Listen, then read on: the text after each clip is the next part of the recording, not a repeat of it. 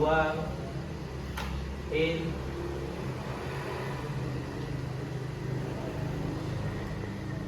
action.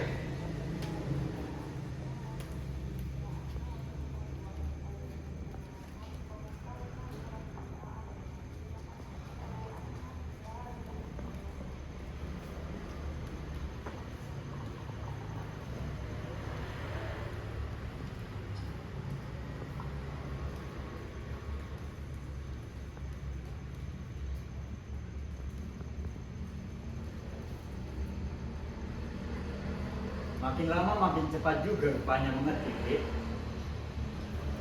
Kapan Mas Topo yang jadi guruku? Ya, kita akan bekerja lagi sekuat-kuat tenaga kita, Dik. Sudah 4 bulan pabrik kita ini terhenti karena perang. Sekarang pemerintah bala tentara memberi lagi seluas-luasnya untuk bekerja terus. Zaman pembangunan sudah datang, Dik. Masih suka mempermainkan aku. Mana pula aku dapat menolong, Mas? Aku kan cuma anak desa yang bodoh yang dilahirkan untuk bekerja di dapur. Aku cuma anak pungut, Mas. Janganlah kau sebut juga hal itu. Kaulah adikku sekarang. Anak ibuku juga. Tetapi Mas Harsono selalu memperlakukan aku sebagai anak pungut yang hidup dari kasihan orang. Nah, Harson, jangan didengar dia. Dia lagi kesal-kesal saja sekarang karena sekolahnya ditutup. Iya, aku maafkan dia, Mas. Tampaknya dia tak tahu apa yang harus dilakukan sekarang. Berlain benar dari waktu vakansi dulu. Karena ia sekarang vakansi untuk selama-lamanya. Gitu. Aku kira dia tidak akan senang tinggal di pelosok negeri seperti di desa ini.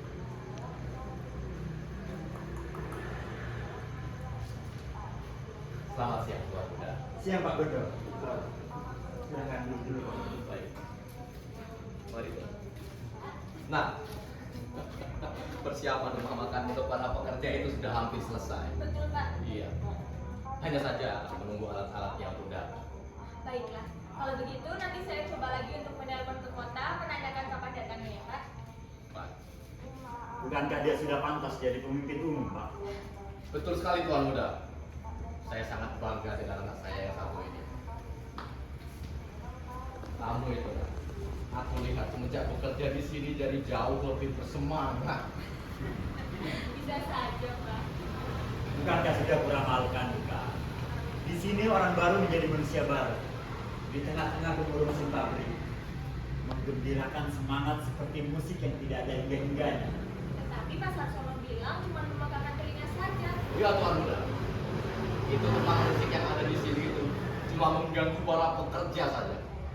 Anak-anak sudah meminta sisal, Tuan. Malah dia ajar bernyanyi. Ke pabrik, ke pabrik. Tuan Muda dengar.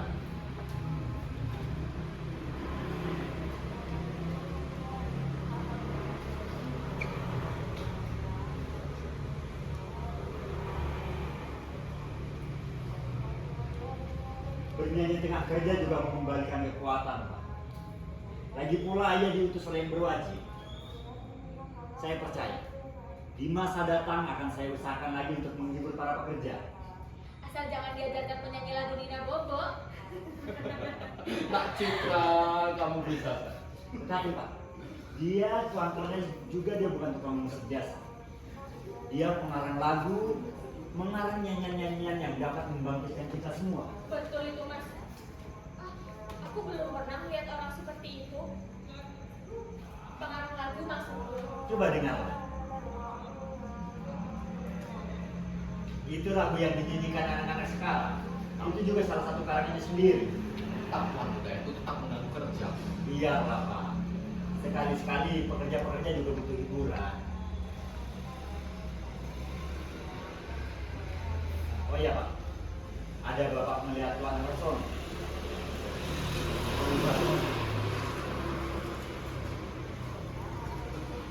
Tidak tahu saya Tuan di mana Tuan Muda itu berada. Pekerjaannya hanya berkeliaran saja kemana-mana. Sebentar ke pasar, sebentar lagi ke pabrik. Lalu tiba-tiba sudah terlihat di kebun kapas Tuan Muda.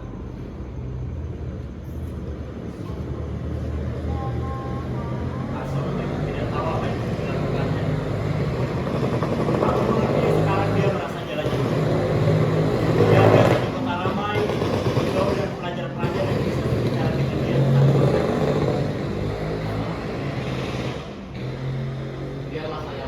perihal rumah makan itu dulu.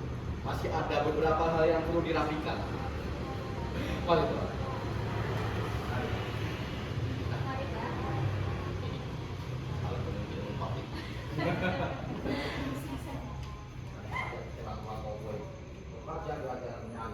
Jangan sama bikin orang malas.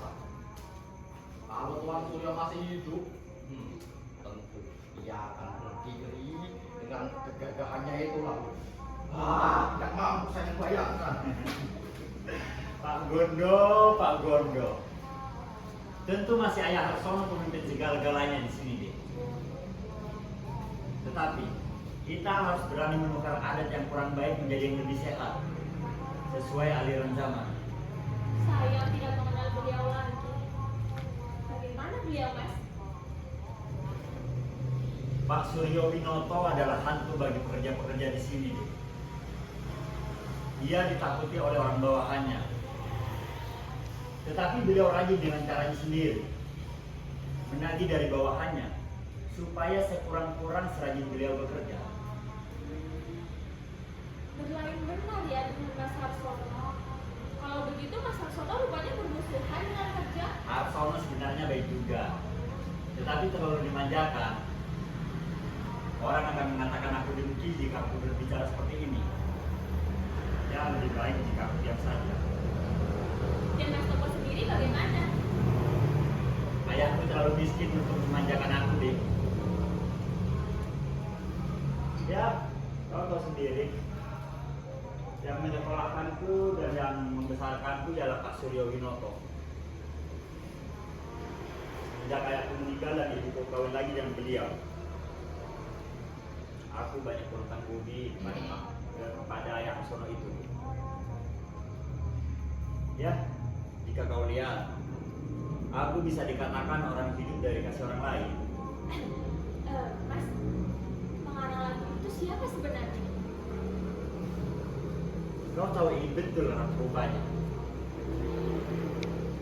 Dia diutus oleh kantornya kemari mencari-cari ilham. Nanti dia datang kemari. Boleh kau perkenalan jika mau. Tidak. Permisi.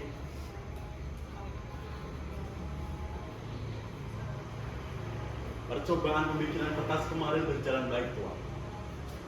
Ini saya bawa contohnya. Ya walaupun masih kasar sedikit, Tuan.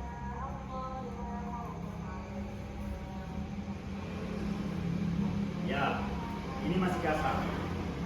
Tetapi belum dibawa ke perundingan, bukan? Belum, Tuan. Jangan dibawa dulu. Nanti biar saya saja datang sendiri. Yang sudah-sudah masih banyak jeraminya. Baik, Tuan. Saya tunggu. Permisi. Aku boleh melihatnya, Mas? Boleh? Baik juga pikiran itu, Mas.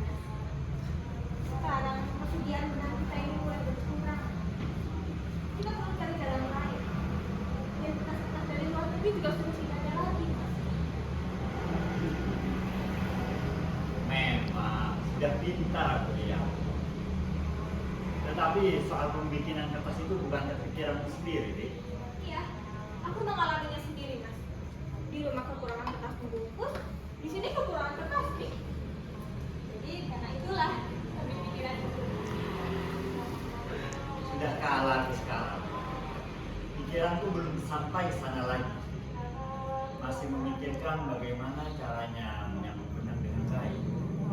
Ya, aku lihat Mas Toko ini memikirkan kemajuan pabrik itu saja siang dan malam. Aku harap kau tetap bekerja dengan aku Aku seperti patung, ingin seperti es. Mas, aku lihat penduduk sudah mulai menanam habis pagi. Ya, aku yang menganjurkan kepada Pak Putio. Aku menyarankan kemungkinan yang dapat memajukan perekonomian kita. Pabrik kita ini bisa dijadikan pusat. Sungguh pintar, Mas Toko. Selamat pagi, Tuan Seth. Dan kliennya, Mas. Harsono, jangan bicara begitu. Apa salahnya? Aku ini hanya berkata jujur. Aku lihat-lihat anak pungut kita, Ratu Dapur ini Sudah naik pangkat sekarang. Jadi pelayan rupanya. Itu urusanku. Itu Tuan Pemimpin Umum Pabrik Bandung Jawa Timur. Maaf, jika saya hina ini jadi ikut campur. Aku ingin sekali jika kau bercampur.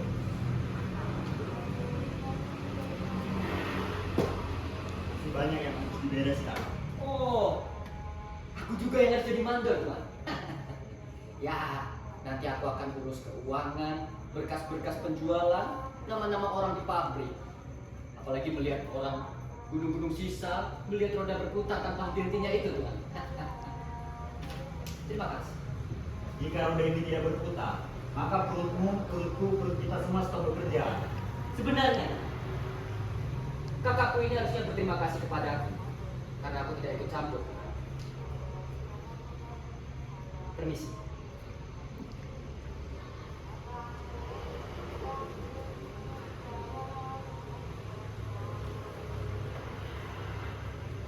Kau jangan berkecil hati, deh. Mulut Harsono memang lancang, tetapi tidak seburuk apa yang dipertemukannya. Aku tidak apa-apa, Mas. Sudah biasa. Sejak aku sebagai gadis kecil yang datang menumpang ke rumah ini, Mas. Aku masih ingat, jika Mas Harsono datang ke pensi dulu, aku tidak mau disuruh-suruhnya begitu saja. Karena itulah dia tega saja melihatku hingga sekarang. Agaknya. Aku masih saja dianggapnya anak pungutan bodoh, anak yang tidak punya asal usul. Karena mungkin kau pernah melempar pancinya ke dalam kali. Iya, waktu itu aku marah sangat, Mas. Marah saja. Aku merasa sangat dianiaya. Karena itu aku membalas dendam. Ya, aku juga bisa membalas dendam, Mas. Kemudian karena kau tidak puas, akhirnya kau yang terjun sendiri. Untung ada Harsono yang menolong.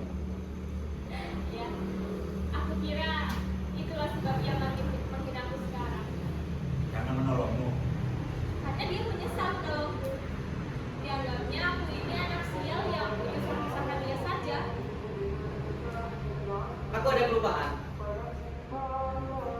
Maksudku tadi kemari.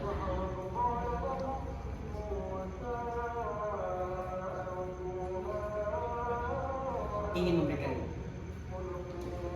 Apa itu, Mas? tanda kenal-kenal. Apa kau tidak ingat yang pancing ini? Kau lemparkan ke kali 5 tahun yang lalu. Di mana Mas dapat? Di suatu tempat yang tak kusangka-sangka itu dalam lemari. Aku pernah mengetahui isi dalam lemari adik umurku sendiri, bukan? Jangan kau biarkan saja di dalam lemari. Karena barangkali dengan pancing ini, kau bisa melemparkan mandor yang besar. Maaf, Tuan Suto.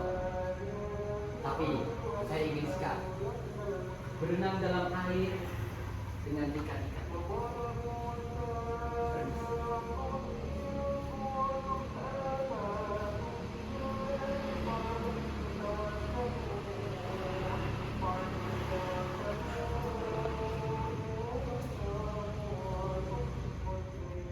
Benarkah anjing itu kau simpan dalam lemari, murid? Kenang-kenangan yang berharga, rupanya.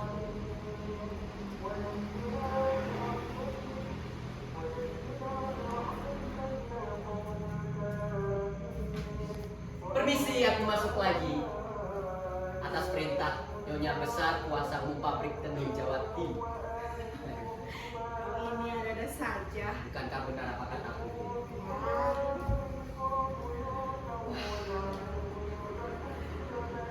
Aku senang sekali melihat anak-anak berkumpul seperti ini.